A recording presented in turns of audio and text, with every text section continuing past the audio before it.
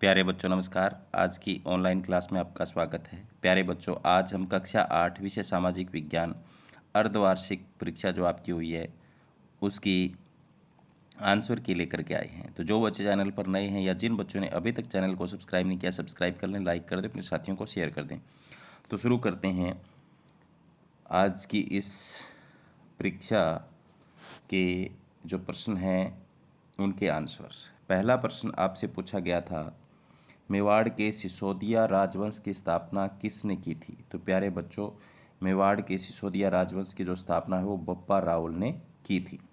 इसके बाद में संत कबीर किस भक्ति धारा के संत थे? तो निर्गुण भक्ति धारा के थे। ऑप्शन नंबर ख जो इसका बिल्कुल सही है।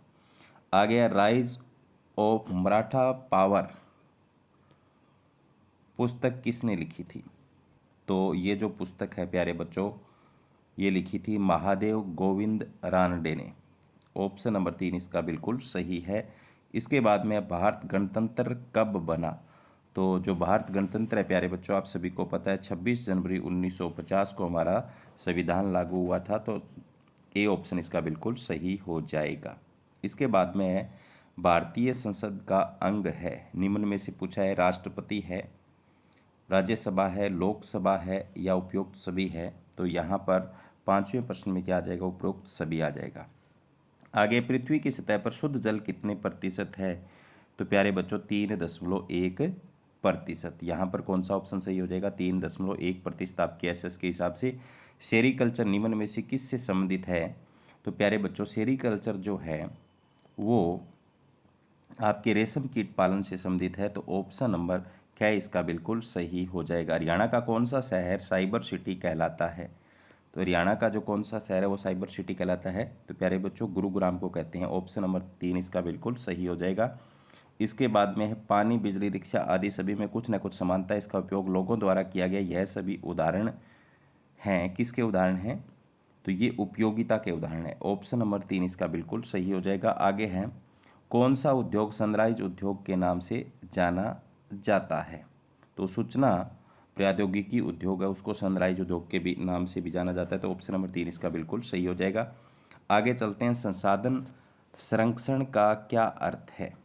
तो ये जो आगे के जो प्रश्न है वो मैंने लिख रखे हैं, इनके उत्तर लिख रखे हैं। मैं आपको 11वां प्रश्न क्या है, संसाधन संरक्षण का क्या अर्थ है? तो यहाँ मैंने उत्तर लिख करके साथ में अटैच कर दिए हैं। तो प्रश्न नंबर 11 का है, संसाधनों का सावधानीपूर्वक उपयोग करना और उन्हें नवीनीकरण के लिए समय देना संसाधन संरक्षण कहलाता है।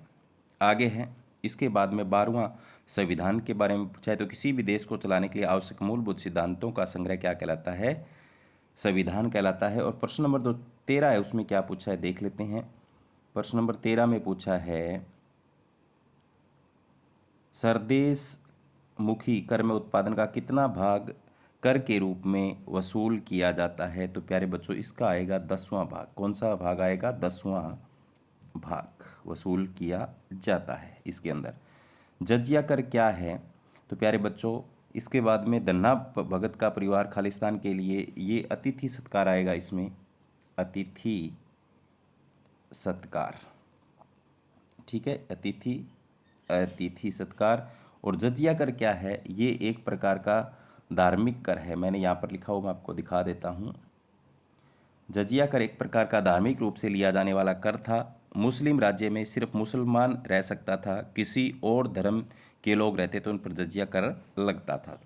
धन्ना भगत का परिवार अतिथि सत्कार के लिए प्रसिद्ध था, लिखा हुआ। प्रश्न नंबर 16 है, इसमें घरेलू हिंसा के बारे में पूछा है। जब परिवार का कोई सदस्य, आमतौर पर पति, घर की किसी और पत्नी के साथ मारपीट या चोट पहुंचाता है या धमकी देता है, उसे घरेलू हिंसा कहते हैं। सन 2006 में घरेलू हिंसा महिला सुरक्षा कानून लागू हुआ। तो प्रश्न नंबर 16 ये है। प्रश्न नंबर 17 में पंच प्यारों के बारे में पूछा है। तो पंच प्यारे धर्म की रक्षा के लिए बनाए गए थे। दया सिंह, धर्म सिंह, साहिब सिंह, मोकाम सिंह, हिम्मत सिंह, ये सभी संपूर्ण सिख समाज का प्रतिनिधित्व करते थे। 18वें में आपसे पूछा है, गठबंधन। यदि किसी पार्टी को पूर्ण बहुमत न मिले तो वह दूसरी पार्टी या पार्टियों के साथ समझौता करके सरकार बनाती, इसे गठबंधन कहते हैं। प्रश्न नंबर 19 है, इसमें आपसे पूछा है, स्थानांतरित कृषि। जब मृदा की उर्वरक क्षमता समाप्त हो जाती है तो कृषक उस जगह को छोड़कर किसी और स्थान पर चले जाते हैं, उसे स्थानांतरित कृषि कहते हैं इनकी। कृषि दीपाचेना, कृषि रोको, कृषि तानी, कृषि गुमंतु, कृषि कई नामों से ये जाने जाती है। प्रश्न नंबर 20 है, जाटों द्वारा मुगलों के प्रतिरोध के क्या कारण थे? तो हिंदू पर तीर्थ यात्रा पर लगाया गया कर था एक। तो औरंगजेब ने जजिया कर शुरू कर दिया था। उत्सव या मेलों पर रोक लगा दी थी। 1605 में सार्वजनिक रूप से होली व दिवाली मनाने पर भी रोक लगा दी थी। मुगलों की भू राजस्व नीति न्यायपूर्ण थी। तो ये कारण थे।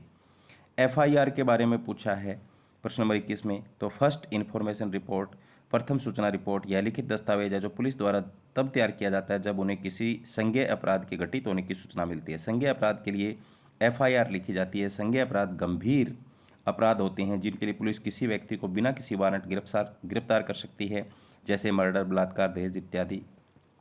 आगे है गुरु नानक देव जी के बारे में पूछा है। गुरु नानक देव जी का जन्म 1469 में पंजाब तलवंडी नामक स्थान पर हुआ। तलवंडी को अब नानकाना साहिब के नाम से जाना जाता है। माता का नाम तृप्ता व पिता का नाम मेहता चंद कारु था। बचपन से इनकी रुचि अध्यात्म में थी।